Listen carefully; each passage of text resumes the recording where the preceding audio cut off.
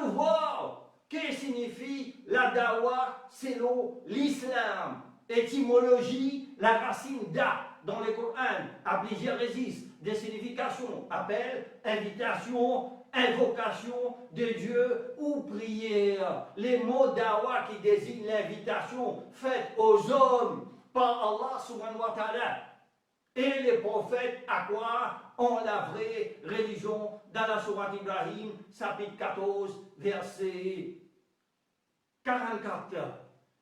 Le terme dawa a d'autres sens dans le Coran. Dans la sourate Al-Rum, chapitre 30, verset 25, par exemple, il dénote l'appel aux morts à ressusciter les jours du jugement. L'importance des dawa a été soulignée à plusieurs reprises dans le Coran. Qui est meilleur dans la parole que celui qui appelle à Allah subhanahu wa ta'ala, fait des actions justes et dit en fait que je suis parmi ceux qui sont soumis entièrement à Dieu. Soumis entièrement à Dieu signifie musulman. Allah subhanahu wa ta'ala dit dans la sourate Fussilat, chapitre 41, verset 33. Et qui profère plus belle parole que celui qui appelle à Allah, fait bonne œuvre et dit je suis du nombre de musulmans. Allah subhanahu wa ta'ala dit dans la sourate Al-Imran, chapitre 3, verset 104, que soit ici de vous une communauté qui appelle au bien, ordonne les convenables et interdit les blâmables. Ensuite, Allah subhanahu wa ta'ala dit dans la sourate Imran, chapitre 3, verset 110, vous êtes la meilleure communauté qu'on ait fait surgir pour les hommes. Vous ordonnez les convenables et interdisez les blâmables.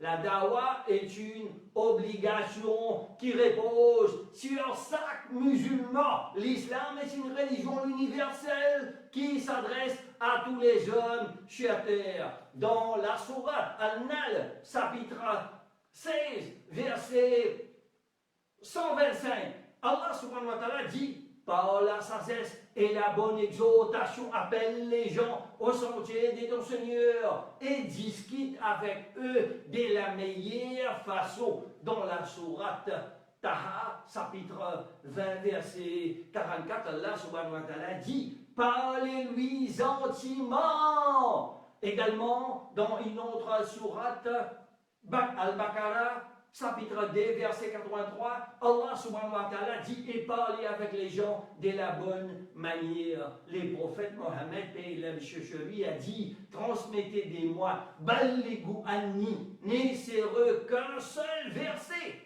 Hadith rapporté par le Bukhari, hadith numéro 3274. Les mérites d'inviter les gens à Allah subhanahu wa ta'ala, d'après Sa'd ibn Sa'd, qu'Allah l'agrée, le prophète Mohammed, paix et l'âme chez lui, a dit avance doucement jusqu'à l'arrivée à leur territoire, puis appelle-le à l'islam et informe-le de ce qui leur est obligatoire concernant les droits d'Allah.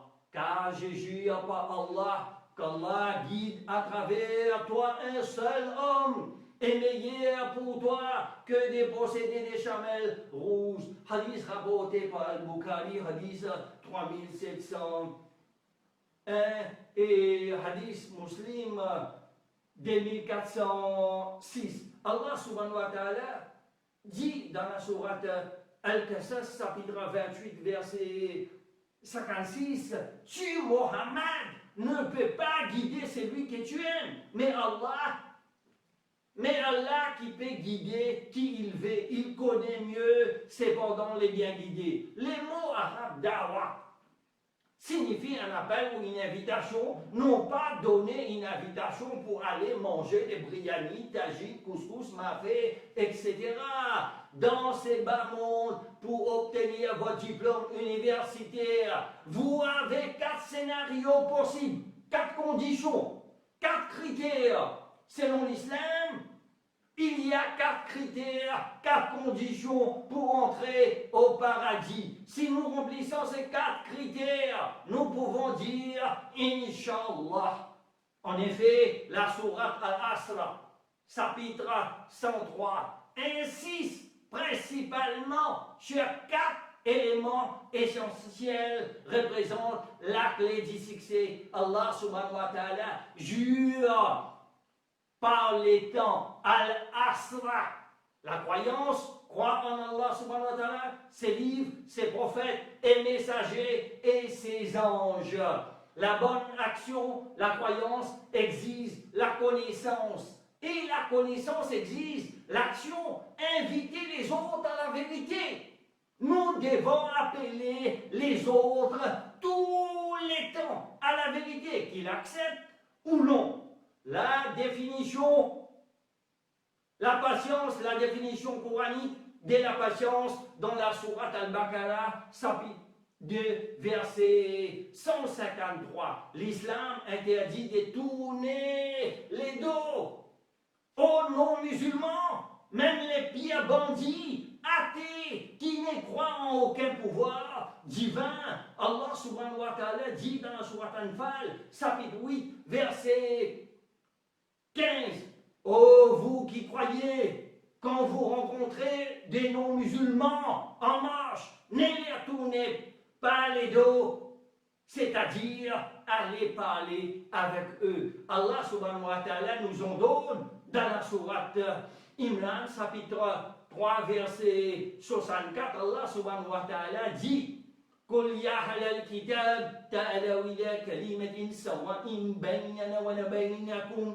Dis aux gens du livre, venez à une parole commune entre nous et vous. Ensuite, Allah subhanahu wa ta'ala dit dans la sourate Furqan, chapitre 25, verset 63. Allah subhanahu wa ta'ala décrit clairement les qualités des véritables croyants dans les versets. Lorsque les ignorants s'adressent à eux, ceux qui n'ont pas la connaissance, marchent sur cette terre avec humilité. Dire Kalou salam, paix sur vous, pour utiliser une métaphore moderne. Son empreinte ne cause aucun dommage, d'angoisse et stress à son environnement. Allah subhanahu wa ta'ala commanda à Moïse et Aaron, son frère Moussa et Haroun alayhi salam, que la paix et la bénédiction soient sur eux, d'avoir ces mêmes qualités pour faire face aux plus mécréants des hommes, à savoir, par exemple,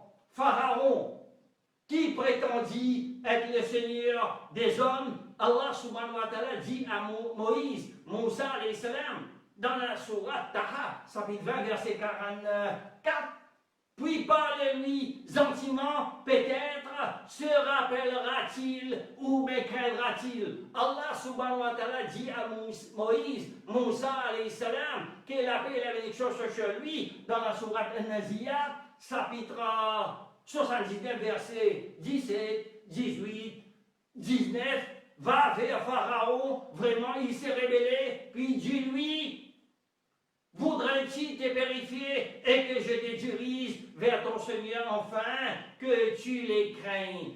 La douceur, la politesse, la sagesse et la patience, c'est une des principales qualités d'un homme qui se nomme musulman. C'est lui qui est entièrement soumis à Dieu le Tout-Puissant. Entièrement soumis à Dieu le Tout-Puissant signifie musulman. Et parmi d'autres groupes musulmans, en voici certains qui se revendiquent de la dawa, où ils ont ouvert une maison dawa ou une association dawa, etc.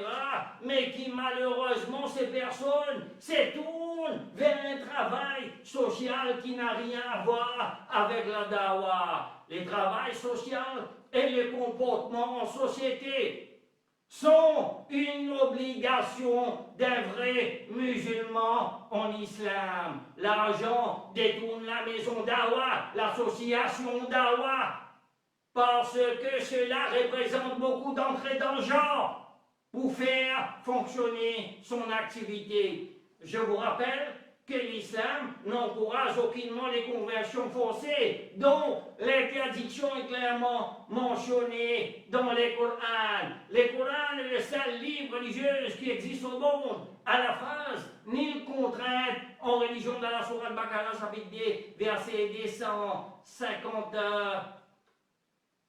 verset 256. L'islam permet aux gens de faire leur propre choix concernant la religion et leur ordonne de respecter les autres religions dans la Sourate Kafirun, chapitre 109, versets 1 à 6.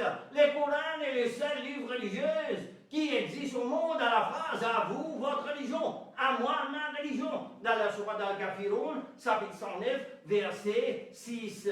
La liberté d'expression est garantie en islam. Les saints Corans donnent l'exemple d'un homme pris en esclave par un autre, ou celui qui adopte la société comme idole à adorer pour montrer jusqu'à quel point la liberté est tellement indispensable. Dans la Sourate Nahl, chapitre 16, verset 74, 76, et dans la Sourate Zumar, chapitre 39, verset 29. Et la liberté d'expression est ceci une invitation à la liberté de la religion. Dans la Sourate Al-Kahf, chapitre 18, verset 29, quiconque le veut qu'il croit et quiconque le veut qu'il mécroit. On ne force pas les gens à croire. Également, vous pouvez vous référer à ma vidéo, une étude. Les hindous, les juifs, les chrétiens et les musulmans sont en dehors de la logique. J'espère que toutes ces informations vous seront utiles, que Dieu vous guide sur les droits chemins. Wa akhiru da'wa walhamdulillahi rabbil alamin.